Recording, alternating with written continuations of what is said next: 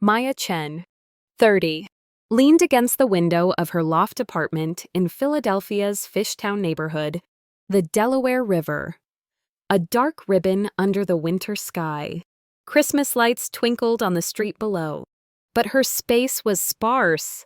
A single string of white lights draped over a bookshelf. A concession to the season she usually spent with friends. As a senior AI engineer at a tech startup, Maya had just led a $5 million project to optimize supply chain AI for a major retailer. Her algorithms cutting costs in a post-COVID economy. Her high five-figure salary, trendy loft, and tight-knit crew of coders and artists were the spoils of 5 years rebuilding herself after leaving Atlanta. But tonight, a Twitter post sliced through her holiday calm, curled on her velvet couch, a mug of peppermint mocha in hand. Maya scrolled Twitter, catching up on tech chatter and Philly bar recommendations. A notification from her cousin Sophie, a distant figure she hadn't spoken to since 2017, stopped her cold. So, Maya Chen's a big deal in Philly now, but too stuck up for Christmas with family. Who else is done with her? Family drama Christmas tea. Sophie tweeted. The hashtags sharp as tinsel. The replies were brutal. Aunts, uncles, and cousins piled on. Always was a loner. Thinks she's too good for us. Probably spending Christmas with her laptop. Maya's pulse quickened. She'd cut ties with her family after a childhood of being eclipsed by her brother Ethan. Why were they dragging her now? And why on Twitter? She set her mug down, the steam curling in the dim light. Atlanta was a faded memory. Suburban streets lined with wreaths, strip malls decked in holiday garlands, and family gatherings where she was the invisible daughter.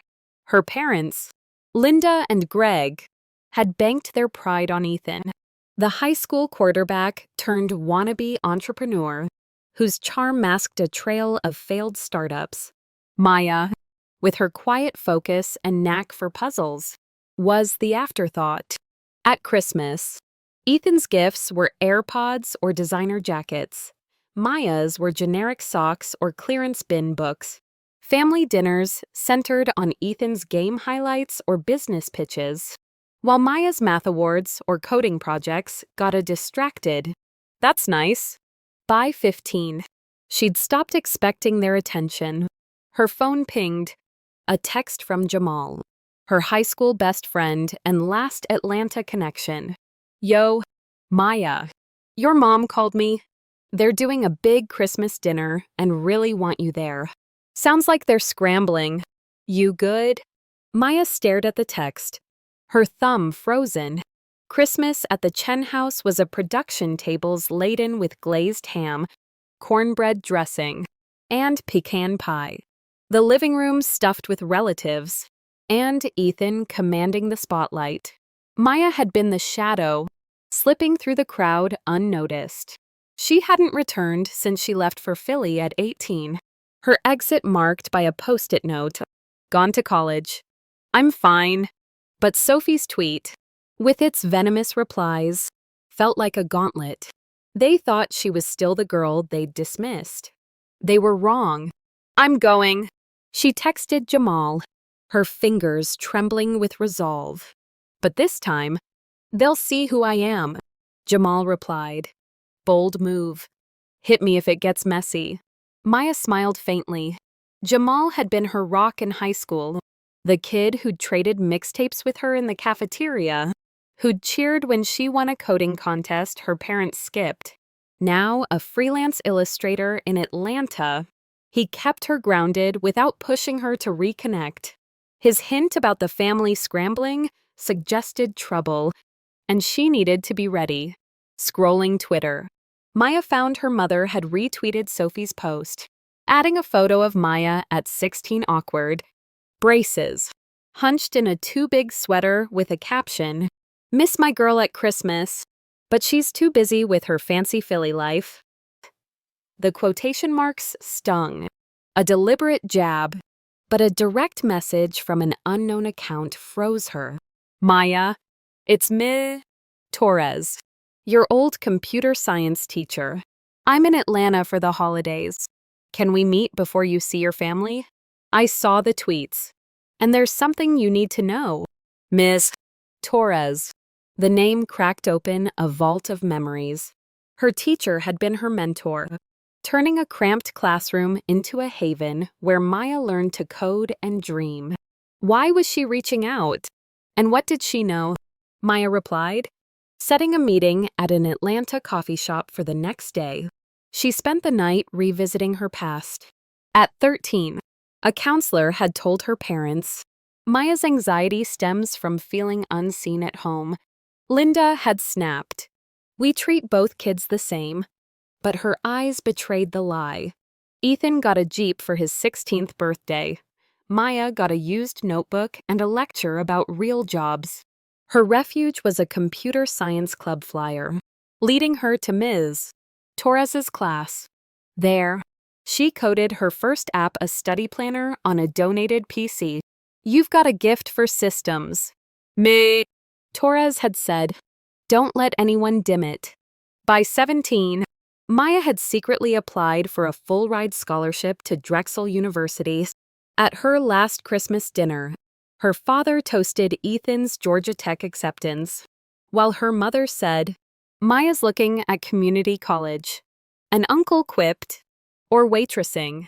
They didn't know she'd already secured her ticket out. In Philly, Maya had bartended through college, graduated with honors, and landed her job before her diploma arrived. By 2022, she'd bought her loft, led AI projects that drew industry buzz, and built a chosen family who celebrated her over dive bar wings and craft beer. But Sophie's tweet and her mother's dig weren't just gossip, they were a challenge. Maya packed a suitcase, tucking in Christmas gifts, a silver necklace for Linda, a leather wallet for Greg. As she booked her flight to Atlanta, Ms. Torres's message lingered. What did her teacher know? The Christmas lights outside her window felt like a warning.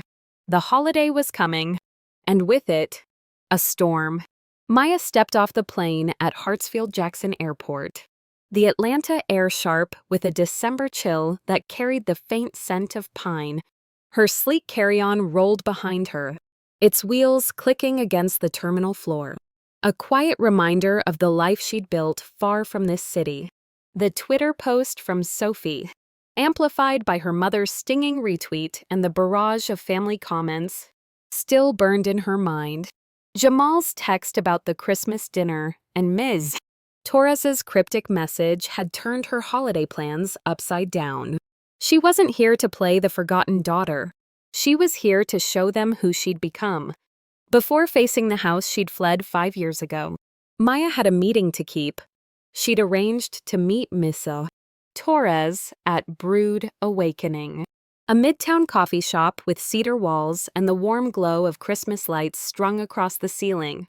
The place hummed with holiday shoppers, their chatter mingling with the hiss of espresso machines. Maya claimed a corner table, her fingers tapping the edge of her phone. Ms. Torres's message had been vague but urgent, hinting at something she needed to know before the dinner. When the door chimed and Ms. Torres walked in, gray curls framing her face, cardigan as familiar as ever, Maya felt a flicker of comfort, like stepping back into a safer time. You look like you own the world, Ms. Torres said, her smile wide as she hugged Maya.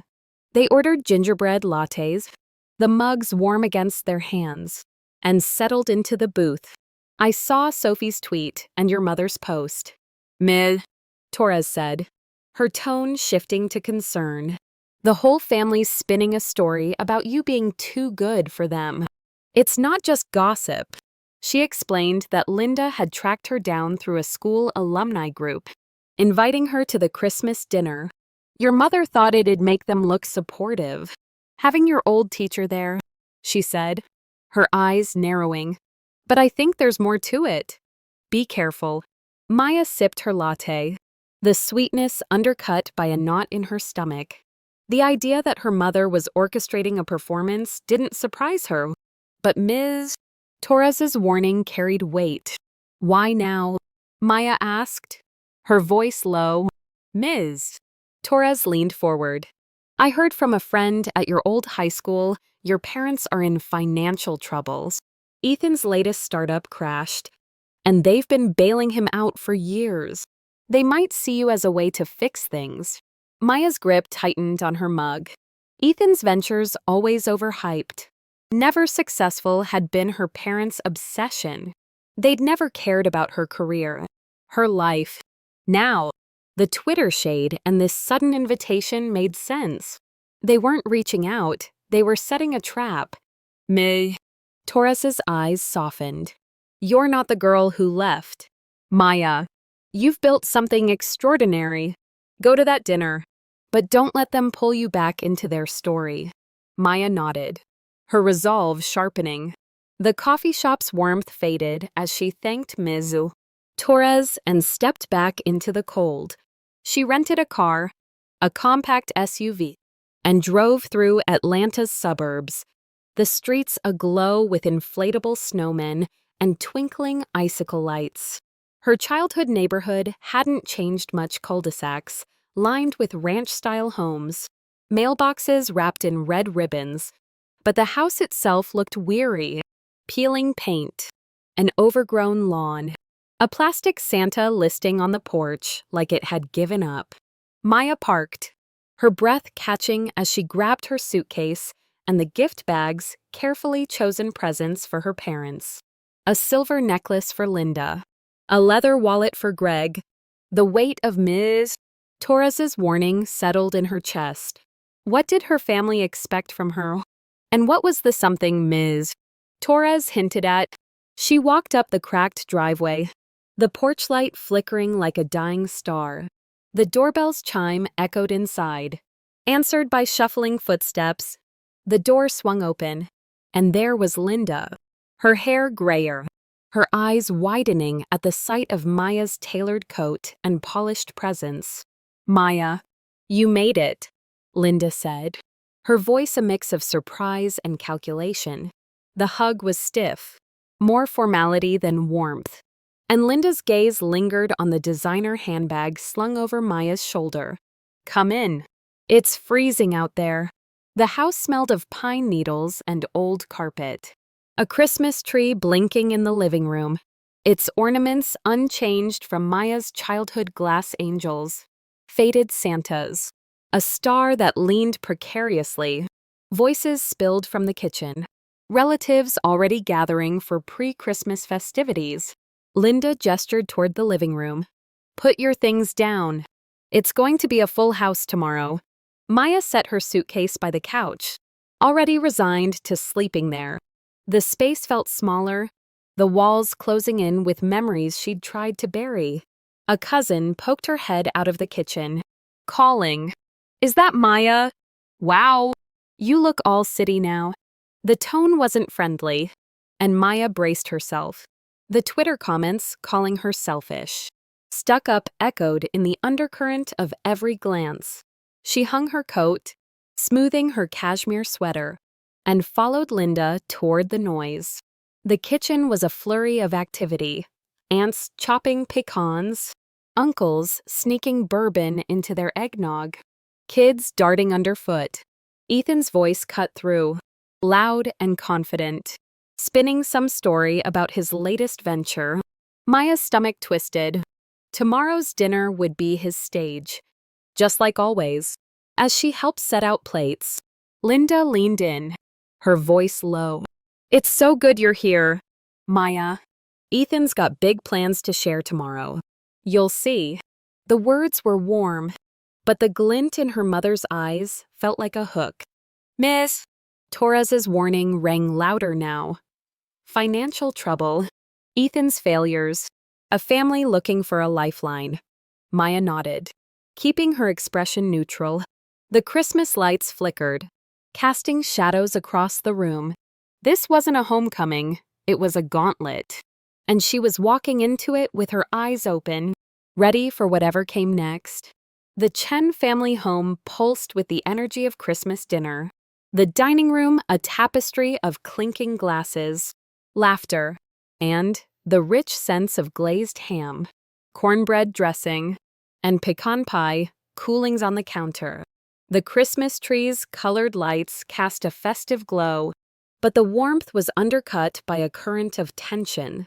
Maya stood near the buffet, a plate of collard greens and macaroni and cheese in hand. Her tailored sweater a quiet contrast to the room's chaos. The Twitter storm. Sophie's post. Linda's retweet. The family's biting comments had brought her back to this house, and Ms. Torres's warning about her parents' financial troubles and Ethan's failed ventures loomed large. The relatives, packed into every corner, eyed her with a mix of curiosity and judgment, their whispers echoing the online shade. Linda, her apron swapped for a red holiday dress, directed the crowd with practiced ease, ensuring every seat was filled. The table, draped in a holly-printed cloth, groaned under platters of food, a southern Christmas feast in full glory. Maya was ushered to a folding chair at the table's far end. Next to the kitchen door, a spot for afterthoughts. She set her plate down, catching snippets of a conversation. Ethan's got something big planned. He's always been the dreamer. Her stomach tightened. The stage was set, and Ethan was ready to shine. He didn't disappoint. Striding in with a glass of spiked eggnog, Ethan clapped his hands, drawing every eye. "Folks, let's talk future," he boomed, his quarterback grin in full force. "My new startup's pitching to investors in January. A fitness app that's Peloton meets social media. It's gonna disrupt everything." The room burst into applause. Aunts clapping, uncles raising glasses. Ethan's gaze flicked to Maya, his smile sharpening. "What about you, sis?" Still tinkering with computers. Laughter rippled, sharp and familiar, the kind that had followed her through childhood. Maya kept her voice steady. "I work in AI, supply chain systems for major retailers." Ethan waved a hand. "Like troubleshooting IT stuff." He turned to the crowd, winking. "Maya's always been the quiet one, probably coding in some dark room." The dig landed, but Maya didn't flinch. She'd expected this Ethan's need to dominate, to shrink her in the process. Before she could respond, Linda chimed in, her voice bright. "Let's not get sidetracked. Ethan, tell us more." He launched into his pitch. All buzzwords and bravado. Gamified workouts.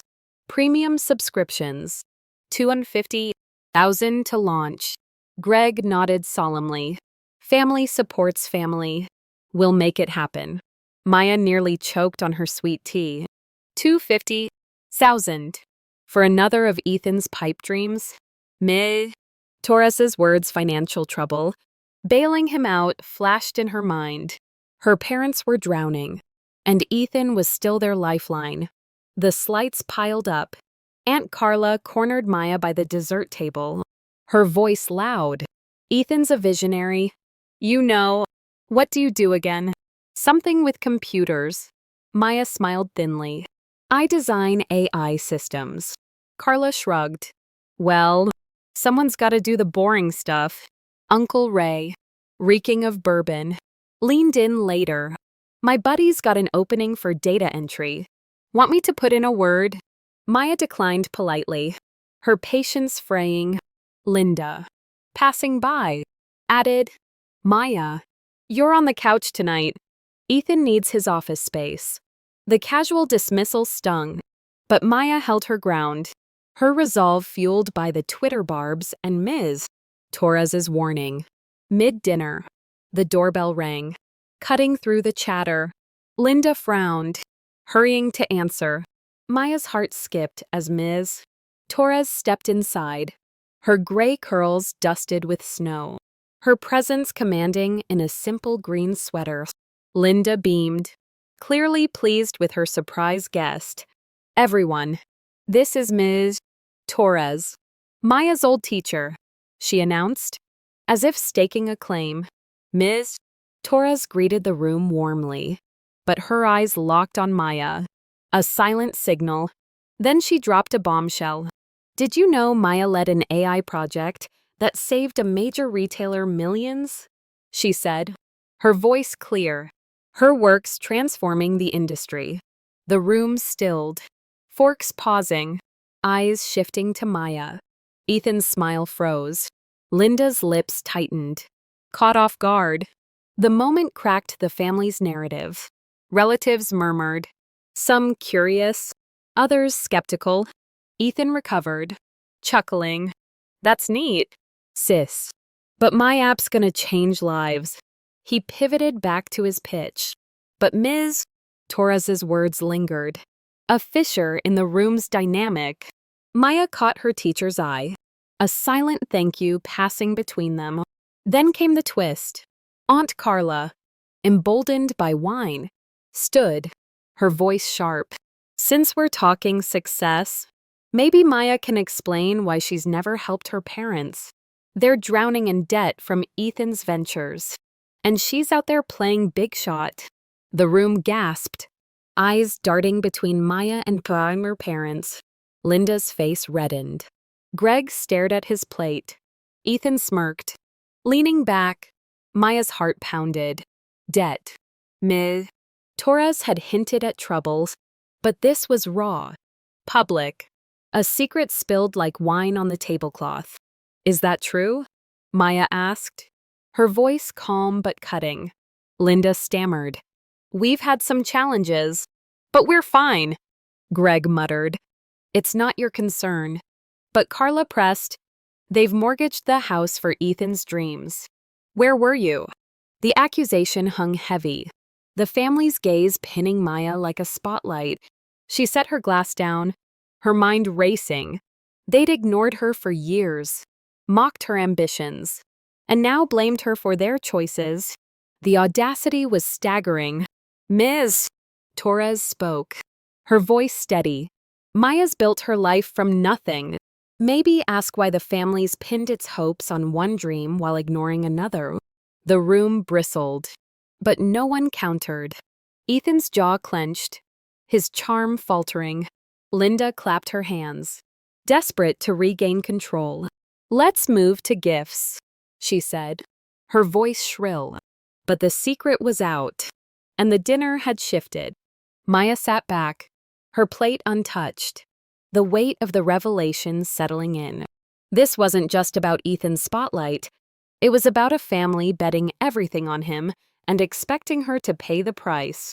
The Christmas dinner had unraveled into a storm of spilled secrets and fractured facades. The Chen family's living room, a battleground of flickering Christmas lights and strained smiles. Maya sat at the dining table's edge, the taste of sweet potato casserole souring as Aunt Carla's revelation about her parents' debt echoed in her ears. The Twitter jabs, "Mel," Torres's bombshell about Maya's success, and now this, a family drowning financially from Ethan's failures, blaming her for not saving them. The weight of their expectations pressed down, but Maya's clarity cut through. She wasn't here to be their scapegoat. Linda, desperate to salvage the evening, ushered everyone to the living room for gift-giving. The tree's glow illuminated a pile of presents, their wrapping paper curling at the edges. Maya handed over her gifts, her hands steady despite the room's tension. The silver necklace for Linda sparkled, its delicate chain catching the light. The leather wallet for Greg was embossed with his initials. Understated but elegant. Linda gasped, holding the necklace to her chest. "Maya, this is stunning," she said, her voice tinged with something like guilt. Greg nodded, turning the wallet over. "Real nice." The relatives murmured approval, but their eyes darted, calculating. Maya's success, laid bare by Mrs. Torres, had shifted their lens. When it was Maya's turn, Linda's face fell theatrically.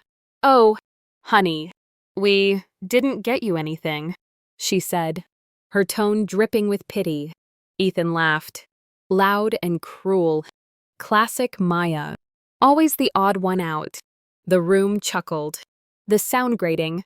Maya's chest tightened. But she didn't waver. "I got myself a gift," she said, her voice clear. She pulled a keychain from her purse, its polished steel glinting. "Keys to my loft in Philly.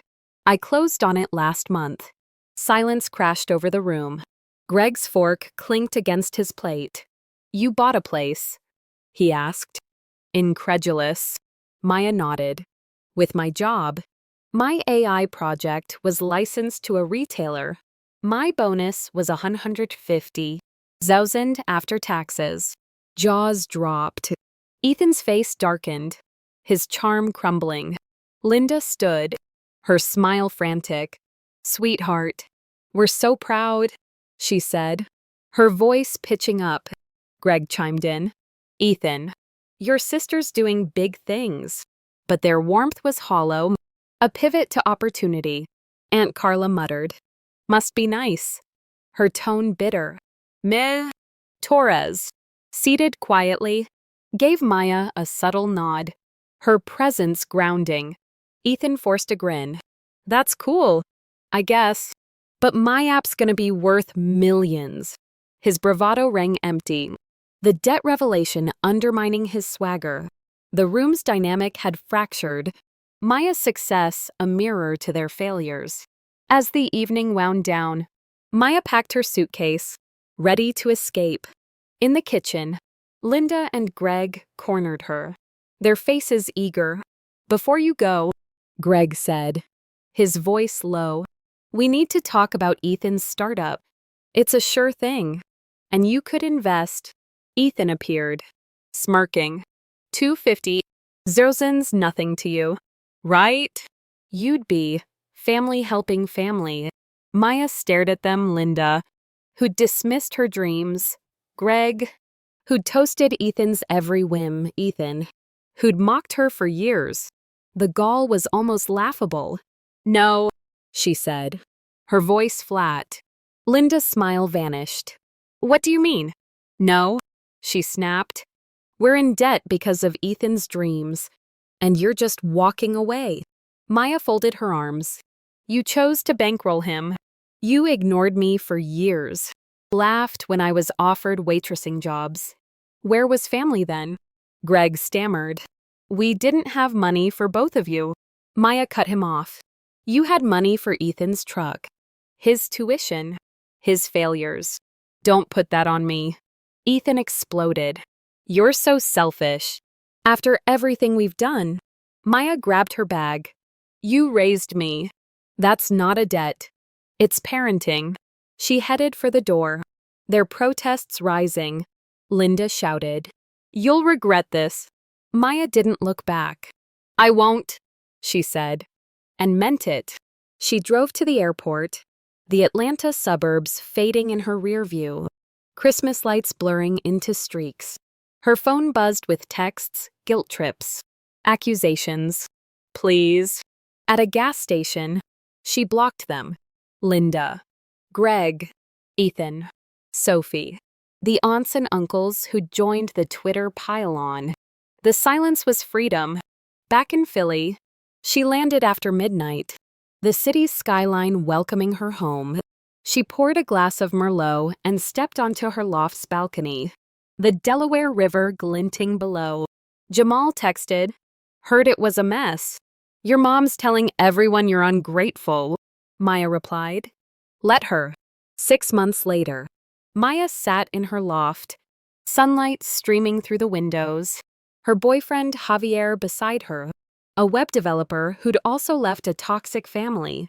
He understood her in ways she hadn't thought possible. They'd met at a Philly tech meetup, bonding over coffee and shared scars.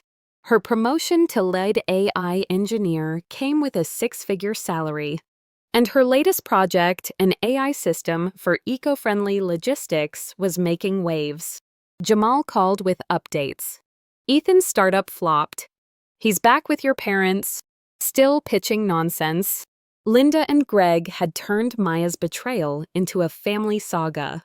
But it didn't sting. She'd let them go.